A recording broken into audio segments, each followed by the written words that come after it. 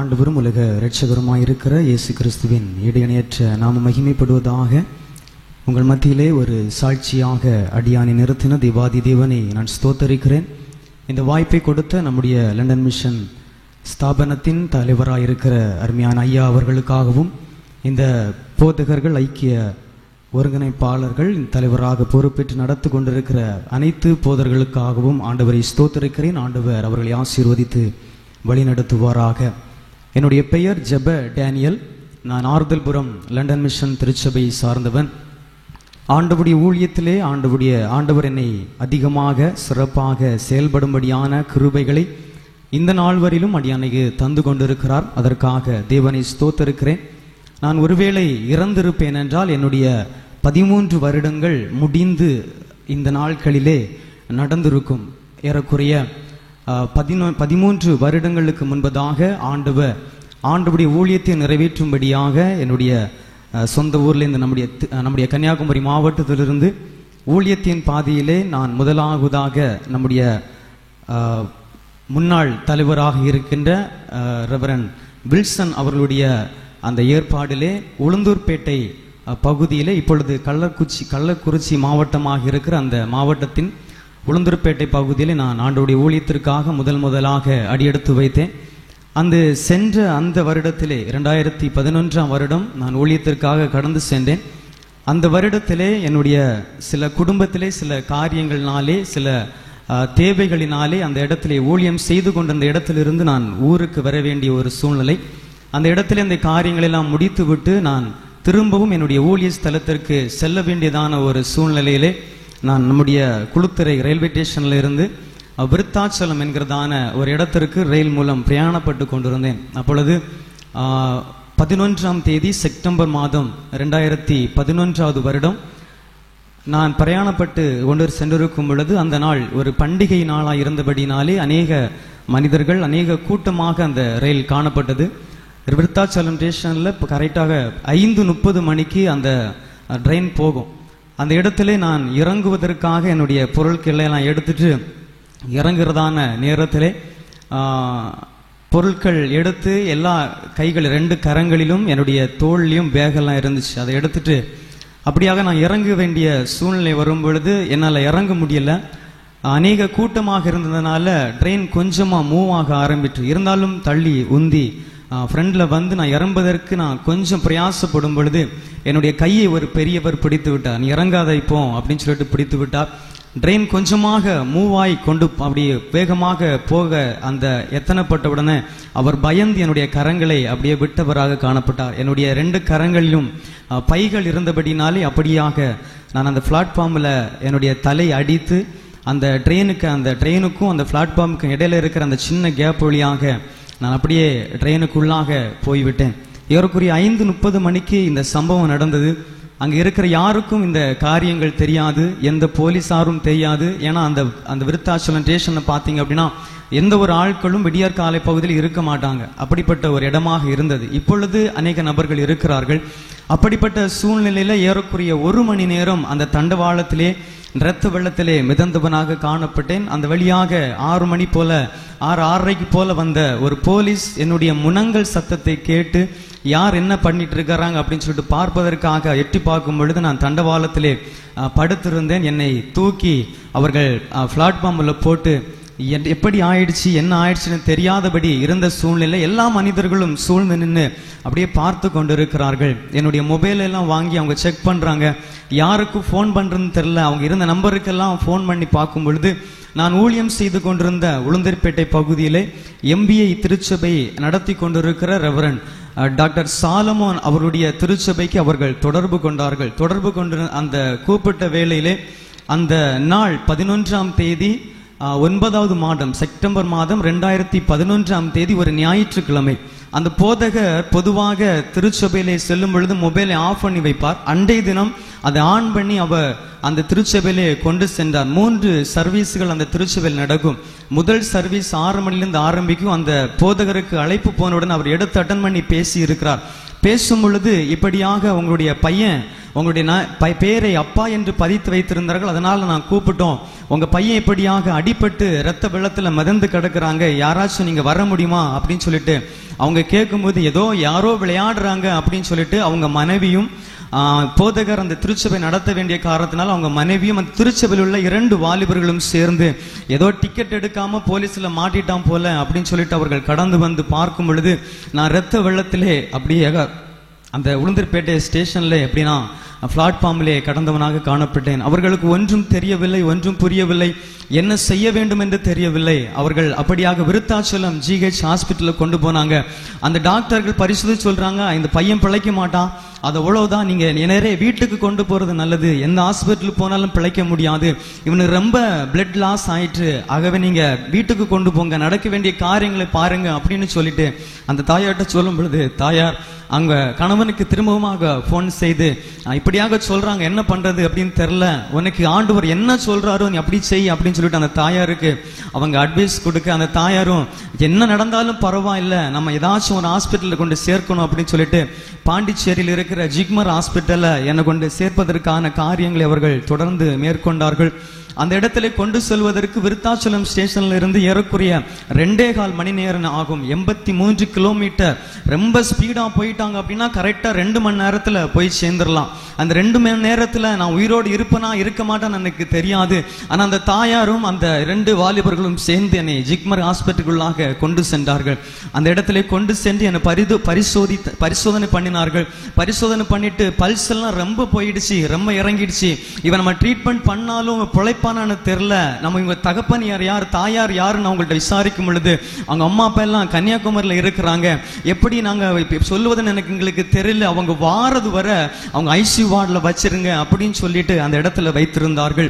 ஆண்டவருடைய பெரிதான கிருபையினாலே நம்முடைய முன்னாள் தலைவராயிருந்த வில்சன் அவருடைய ரிலேட்டிவ்ல இருக்கிற ஒரு சிஸ்டர் அவர்கள் அந்த ஜிக்மர் ஹாஸ்பிட்டல்ல ஒர்க் பண்ணிட்டு இருந்தாங்க. எப்படியோ நம்முடைய முன்னாள் தலைவர் அவர்களுக்கு அந்த காரியங்கள் தெரியப்பட்டதுபடினாலே அவர்கள் உடனடியாக அந்த சிஸ்டருக்கு போன் செய்து எங்களுக்கு தெரிந்த ஒரு நபர் தான், ஆகவே நீங்க அட்மிட் பண்ணுங்க, UPS இல்ல அந்த ஐசியூல வைங்க, அந்த இடத்துல அவங்க இருப்பாங்க, அவங்க பேரண்ட்ஸ் வாரது வரையாவது அவங்க இருக்கட்டும் அப்படின்னு சொல்லிட்டு அங்க வைத்திருந்தாங்க. என்னுடைய அம்மா அப்பா வருவதற்கு அடுத்து 12 மணி நேரங்கள் ஆகும். அந்த 12 மணி நேரமும் என் ஐசியூல வைத்திருந்தார்கள். அதற்கு பின்புதான் என்னை ட்ரீட்மெண்ட் பண்ணவே ஆரம்பிச்சாங்க.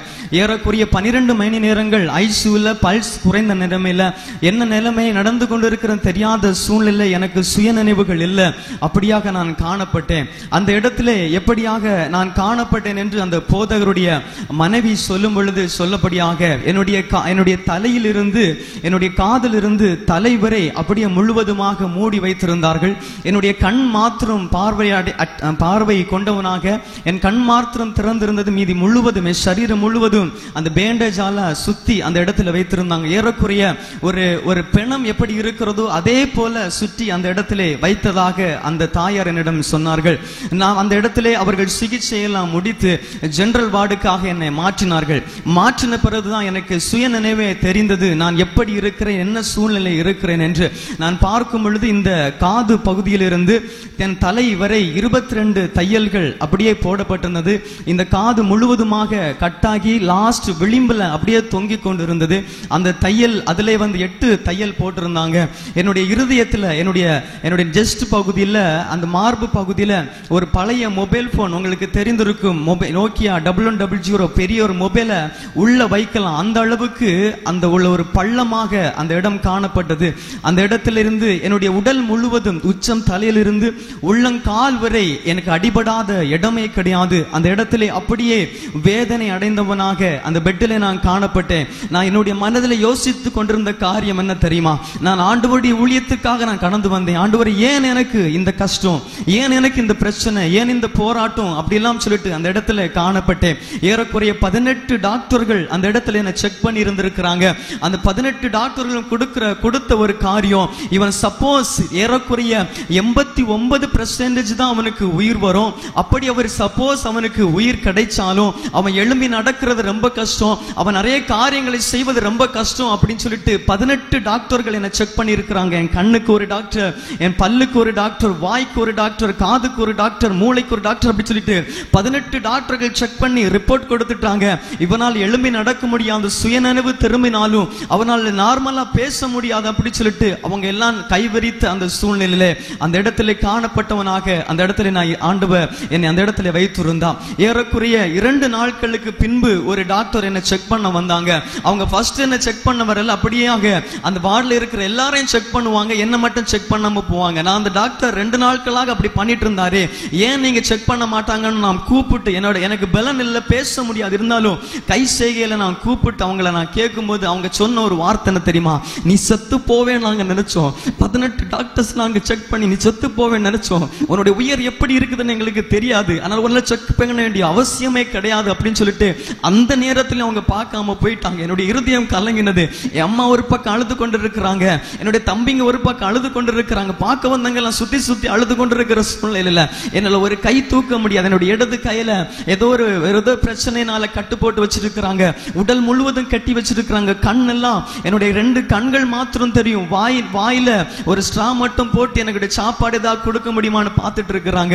இப்படிப்பட்ட சூழ்நிலை எனக்கு அளவு முடியாம என்ன சூழ்நிலையாக இருக்கும் என்று நான் பார்த்து கொண்டு இருக்கும் பொழுது அந்த போதகருடைய மனைவி சொல்லுகிற காரியம் என்ன தெரியுமா? உன்னுடைய உடம்பிலிருந்து எல்லா பிளட்டும் போயிட்டு உன்னுடைய உடம்புல ஏறக்குறைய ஒரு மனுஷனுக்கு உடம்புல 10 யூனிட் பிளட் இருக்கணும், ஆனா உன்னுடைய உடம்புல வெறும் 4 யூனிட் தான் பிளட் இருந்துச்சு. எப்படி உனக்கு உயிர் வந்தது அப்படின்னு சொல்லிட்டு டாக்டரை ஆச்சரியப்பட்டு கொண்டிருக்கிற இந்த சூழ்நிலை நீ இப்ப இருக்கிற, உன்னால நடக்க முடியாது, நீ ஸ்ட்ரெயின் பண்ண வேண்டாம் அப்படின்னு சொல்லிட்டு என்ன படுக்க வைத்திருந்தாங்க. ஏறக்குறைய ஒரு ஞாயிற்றுக்கிழமை மத்தியான வேளையில் அந்த ஹாஸ்பிட்டல்ல, ஜிக்மர் ஹாஸ்பிட்டல் அட்மிட் பண்ணாங்க. ஏறக்குறைய வியாழக்கிழமை ஆகிற அந்த சூழ்நிலையில அந்த டாக்டர்ஸ் எல்லாம் சொல்லுவாங்க, உன்னுடைய காரியங்கள் எல்லாம் நாங்க பார்த்துட்டோம், இதுக்கு மேல இந்த ஹாஸ்பிட்டல் வச்சிருந்தா எங்களுக்கு தான் கெட்ட பேரு, உன்னுடைய கவனிக்க முடியாத ஒரு சூழ்நிலையாக மாறிவிடும், உனக்கு எப்படி என்ன அற்புதம் நடந்துச்சுன்னு எங்களுக்கு தெரியாத ஒரு சூழ்நிலை ஆகிரும், எல்லாரும் எங்கள்கிட்ட வந்து கொஸ்டின் கேட்பாங்க அப்படின்னு சொல்லிட்டு எங்கள்கிட்ட கரங்கள்ல கொடுத்த எல்லா சர்டிபிகேட்டும் வாங்கிட்டு அவங்க போயிட்டு சொல்றாங்க, சாட்டர்டே சனிக்கிழமை உனக்கு டிஸ்சார்ஜ், நீ என்ன பண்ணுவியோ தெரியாது, உங்க பேரண்ட்ஸ் கிட்ட சொல்லி எல்லாத்தையும் காரியங்கள் ஒழுங்கு பண்ணின்னு சொல்லிட்டு எங்கிட்டையும் சொல்லிட்டு கூட இருக்கிற எல்லாட்டையும் சொல்றாங்க. அவங்க யோசிச்சுட்டு இருக்கிறாங்க, என்ன ட்ரீட்மெண்ட் ஒழுங்கா முடியல, எதுக்கு நீங்க அனுப்புறீங்க அப்படின்னு கேட்கிறாங்க. இருந்தாலும் என்ன தர அனுப்பி விட்டாங்க. சனிக்கிழமை சாயங்காலம் அவங்க டிஸ்சார்ஜ் பண்ணி அனுப்பி நான் அப்படியாக உளுந்தூர்பேட்டை ஊழியம் செய்த உளுந்தூர்பேட்டை அந்த பகுதியிலே அந்த இடத்துல சென்று நான் ஊழியத்தை தொடரும்படியாக அந்த இடத்துல கடந்து சென்றேன். என்னால் எழும்பி நிற்க முடியாது, நடக்க முடியாது. எனக்கு என்னுடைய கடமைகளை செய்யணும்னா என் கூட 4 பேர் இருக்கணும், எல்லா கடமைகளையும் செய்யும்படியாக 4 பேர் என் கூட இருக்கணும். அப்படியான காரியங்களில் அந்த இடத்திலே ஆண்டவர் அந்த இடத்துல என்னை கொண்டு வந்தார். ஆண்டவருடைய பெரிதான கிருபையினாலே அந்த இடத்திலும் ஒரு நர்ஸை ஆண்டவர் எனக்கு வைத்திருந்தார். அவர்கள் எனக்கு ஃப்ரீயாக ட்ரீட்மெண்ட் பார்க்க என்னுடைய காரியங்கள் எல்லாவற்றையும் எடுத்து பார்த்தாங்க. அப்பொழுது என்னுடைய இருதயத்தில் மாத்திரம் இருக்கிற அந்த ஒரு பேண்டேஜ் அவங்க ரிமூவ் பண்ணவே இல்லை. என் கையில் இருக்கிற எல்லா பேண்டேஜ் ரிமூவ் பண்ணி அவங்க ட்ரெஸ்ஸிங் பண்ணுவாங்க. ஆனா இந்த இருதயத்தில் நெஞ்சில் இருக்கிற அந்த பேண்டேஜ் மாத்திரம் அவங்க எடுக்கவே இல்லை. எனக்கு ரொம்ப கஷ்டமா இருந்துச்சு, ரொம்ப உள்ளாடி ரொம்ப ஒரு குத்துறது போல ஒரு காரியம் ஏற்பட்டது. நான் அதுல என்னால முடியாதபடி யாரும் இல்லாத பக்கத்துல யாரும் இல்லாத நேரத்துல ஒரு இரவு நேரத்துல அப்படியே நான் அதை கிழிச்சு எடுக்கும் பொழுது அதிலிருந்து ரத்தமும் சீழுமாக அந்த துளையை நான் பார்க்க முடிந்தது. என்னுடைய இருதயம் துடித்த அந்த துடிப்பை என்னுடைய கண்கள் கண்டது. நான் அப்படியே மயக்க நிலைமையில போயிட்டேன். என்ன நடக்குதுன்னே தெரியாத சூழ்நிலை அந்த மயக்கங்கள் தெரிந்து என்னுடைய ஞாபகத்திலே அந்த நான் பார்த்த காட்சிகளையும் என்னுடைய கால்கள் இருந்த நிலைமையும் பார்த்து ஆண்டோட சமூகத்தில் சொன்ன, ஆண்டவரே எதுக்கு என்ன வச்சிருக்கிறீங்க?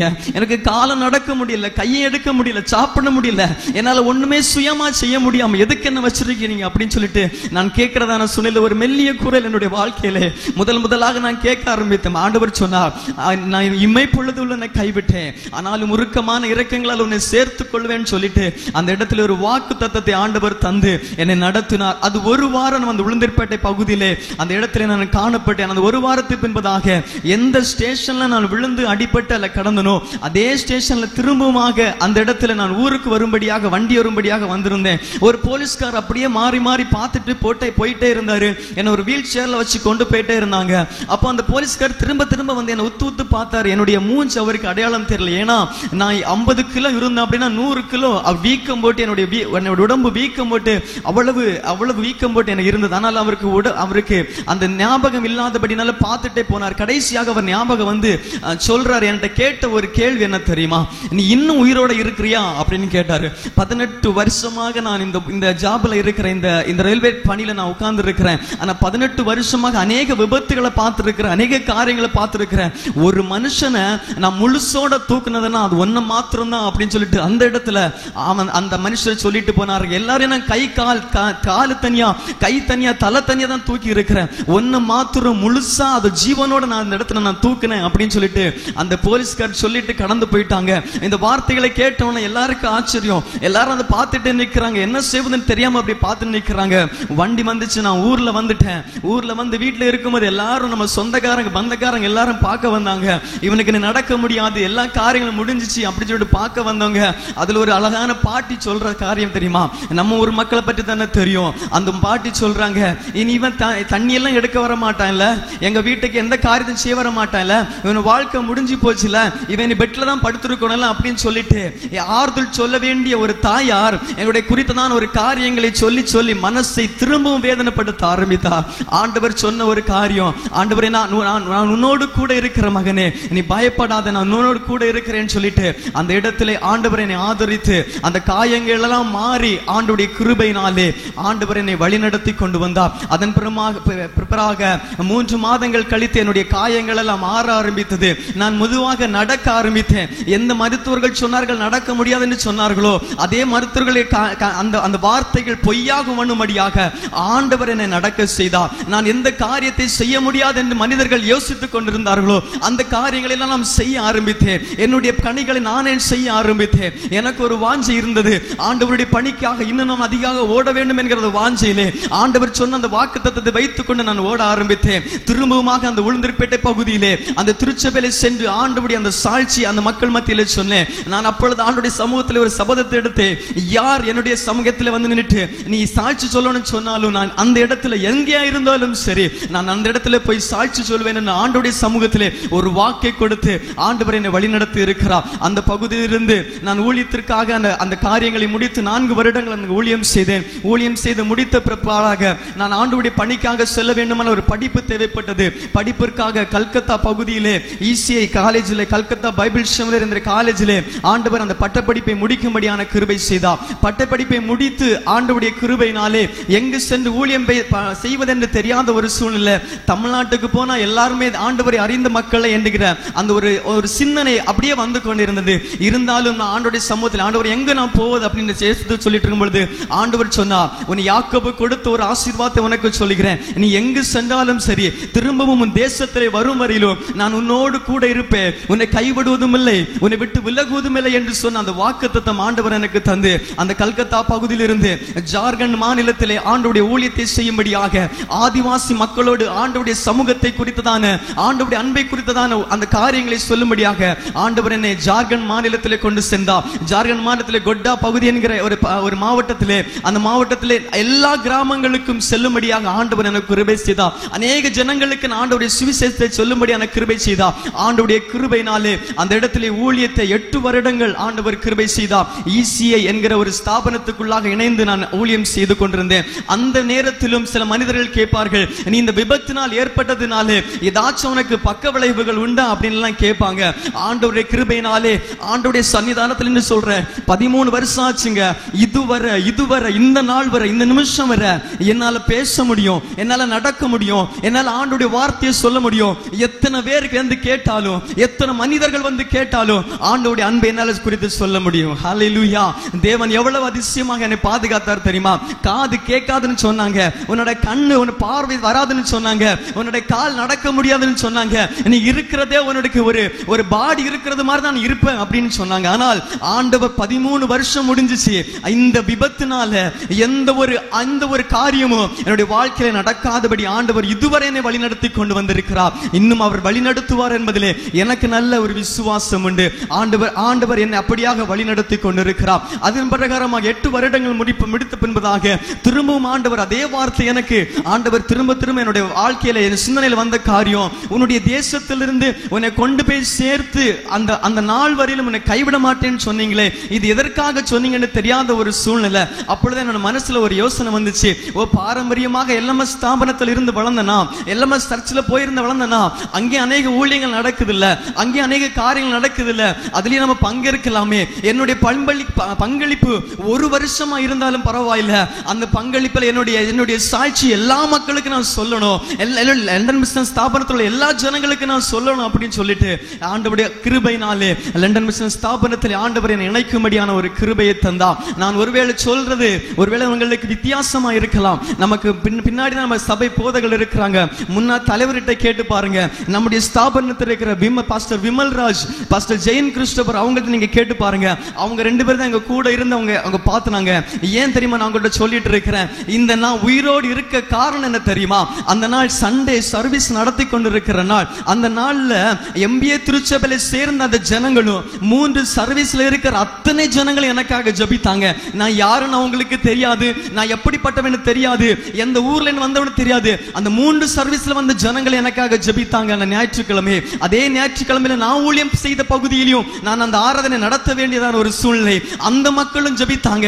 எங்களுக்கு இப்ப பாஸ்டர் இல்ல, நாங்க பாஸ்டர் வராம நான் ஜெபித்து கொண்டிருக்கிறேன்னு சொல்லிட்டு அந்த சபை மக்களும் ஜெபித்து கொண்டிருந்தாங்க.